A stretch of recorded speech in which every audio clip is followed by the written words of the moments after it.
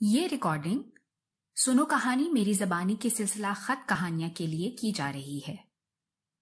یہ اس سلسلے کی 6ٹھی کہانی ہے۔ اس کو تحریر کیا ہے حفصہ عاطف نے اور میں ہوں قصہ گو حمیرہ تحسین۔ پیارے بھائی جان، السلام علیکم۔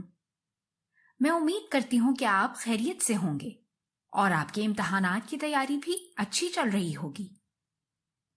کافی عرصہ ہوا آپ سے رابطہ نہیں ہو سکا، اس لیے میں نے سوچا کہ آپ کو خط لکھ لوں۔ اس کے علاوہ میں نے آپ کو ایک مسئلے سے بھی آگاہ کرنا تھا۔ گھر میں سب خیریت سے ہیں۔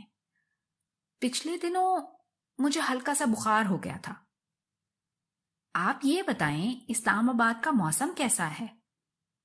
لاہور میں تو موسم بدلنے لگا ہے اور اس بدلتے موسم کے ساتھ ہی ڈینگی بھی پھیلنے لگا ہے۔ میں نے یہ خط اسی سلسلے میں آپ کو لکھا ہے۔ ملک بھر میں ڈینگی سے متاثرہ افراد کی تعداد روز بروز بڑھ رہی ہے۔ آپ میری بچپن کی سہیلی نرمین سے تو واقف ہی ہیں۔ اسکول میں جب وہ پچھلے 2 دن سے نہیں آئی تو استانی کو تشویش ہوئی اور انہوں نے نرمین کے گھر رابطہ کیا۔ نرمین کے والدین نے بتایا کہ وہ ڈینگی مچھر کے کاٹنے کی وجہ سے اسپتال میں ہے۔ میں اسکول سے واپسی پہ امی جان کے ساتھ اس کی تیمارداری کے لیے اسپتال گئی۔ بھائی جان، اس وقت ملک میں ڈینگی کے مرض میں بہت تیزی سے اضافہ ہو رہا ہے۔ روزانہ اخبارات ڈینگی کے بارے میں خبریں چھاپ رہے ہیں اور کل کے خبرنامے میں بتایا جا رہا تھا کہ پنجاب کے چیف منسٹر عثمان بزدار نے لاہور میں ڈینگی کے بڑھتے مرض پر کنٹرول نہ ہونے کی وجہ سے ڈپٹی کمشنر کو معطل کر دیا۔ آج پنجاب ہیلتھ کیئر کمیشن کی جانب سے ڈینگی آگاہی مہم کے تحت ہمارے اسکول میں ایک سیمینار منعقد ہوا جس میں ڈینگی کے علامات اور اس سے بچنے کی حفاظتی تدابیر کے بارے میں بتایا گیا۔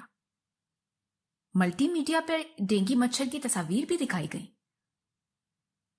انہوں نے ہمیں بتایا کہ ڈینگی سے بچاؤ کے لیے گملوں میں اور برتنوں میں پانی کھڑا نہ ہونے دیں اور جسم کو مکمل ڈھانپ کر رکھیں۔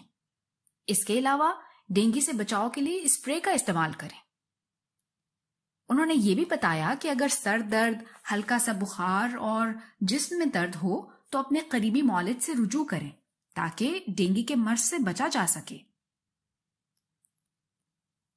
بھائی جان، میں نے ان تمام باتوں پر عمل کرنا شروع کر دیا ہے، لیکن مجھے آپ کی بہت فکر ہو رہی ہے کیونکہ آپ تو ہاسٹل میں مقیم ہیں اور وہاں ڈینگی سے بچاؤ آسان نہیں ہے۔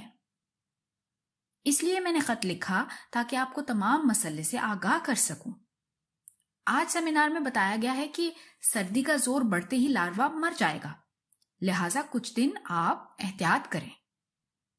اللہ آپ کو حفظ و امان میں رکھے، آمین۔ خط پڑھتے ہی جواب لازمی دیجیے گا۔ آپ کی پیاری بہن حفصہ۔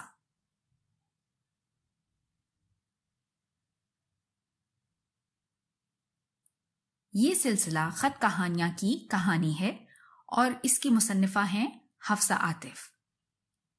اس کہانی کا عنوان ہے پیارے بھائی جان اور میں ہوں قصہ گو حمیرہ تحسین۔